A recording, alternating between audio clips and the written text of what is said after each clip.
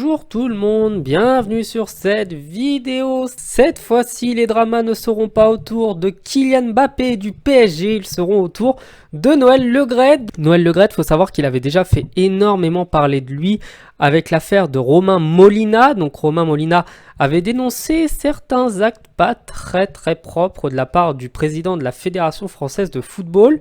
Et cela ne l'avait pas du tout inquiété, mais les derniers propos en date concernent Zinedine Zidane. Et on le sait, dans la vie, il y a deux choses qu'il ne faut pas toucher quand on est français. La première, c'est la gastronomie française, et la seconde, c'est Zinedine Zidane. Les propos sont assez crus. Lorsqu'on lui a parlé de la possibilité de faire venir Zinedine Zidane à la tête de la Fédération française de football pour remplacer Didier Deschamps, il a dit « Je ne l'aurais même pas pris au téléphone » et il a enchaîné en expliquant « Il fait ce qu'il veut, cela ne me regarde pas, je ne l'ai jamais rencontré et on n'a jamais envisagé de se séparer de Didier Deschamps. J'en ai rien à secouer, il peut aller où il veut, dans un club, il en aurait autant qu'il veut en Europe, un grand club.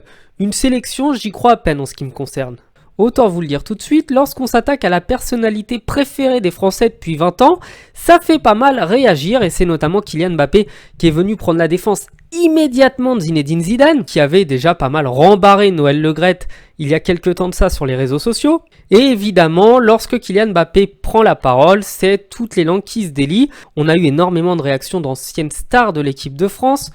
Pas mal d'artistes, pas mal de chanteurs, d'humoristes sont revenus dessus. Et récemment, c'est la ministre des Sports qui a tenu à revenir sur cette affaire. Autant vous le dire, Noël Le Graët, qui disait il y a encore 24 heures qu'il n'aurait même pas répondu à un appel de Zinedine Zidane, s'est empressé de l'appeler pour présenter ses excuses. Et le plus drôle dans cette affaire, c'est que Zinedine Zidane n'est même pas revenu dessus, il n'a même pas pris la parole, il n'a pas dit ce qu'il pensait de cette déclaration, il n'a rien dit et c'est toute la France qui s'est liguée derrière lui sans même qu'il demande à ce qu'on le défende. Je trouve ça vraiment magique de voir autant de personnes répondre pour défendre Zizou et pour défendre Noël Le Graët, parce que tout homme mérite d'être défendu.